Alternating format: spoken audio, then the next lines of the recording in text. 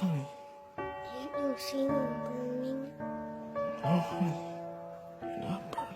Richard was hosting a party at his home. Friends were making a ruckus well past 1 a.m. His wife, Sarah, was furious. She sternly demanded all guests leave immediately. After his friends left, he decided to go out and buy more alcohol, completely unaware that these mere 40 minutes would change his life forever. When he returned, everything had turned to ashes. Their house was completely engulfed in flames. He suddenly remembered he'd forgotten to close the fireplace screen before leaving. The fire raged all night. Richard and Sarah's 3 children all perished in the blaze, their bodies completely charred. Sarah, who miraculously escaped, cried hysterically.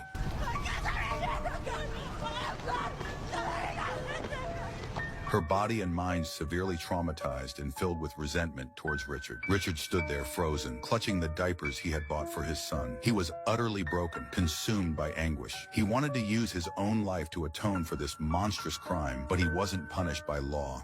Look, Lee, you made a horrible mistake, like a million other people did last night. It's not a crime to forget to put the screen on the fireplace. He felt he had to personally carry out this redemption. In a moment when a police officer wasn't looking, he grabbed a gun.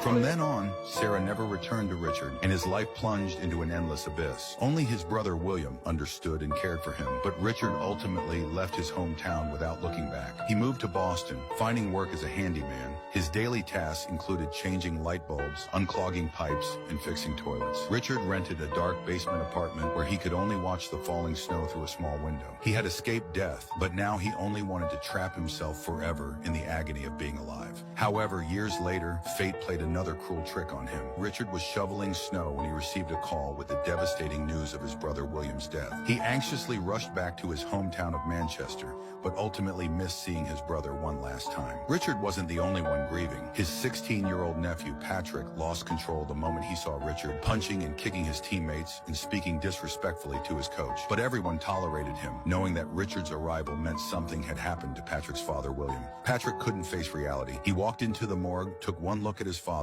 and turned away.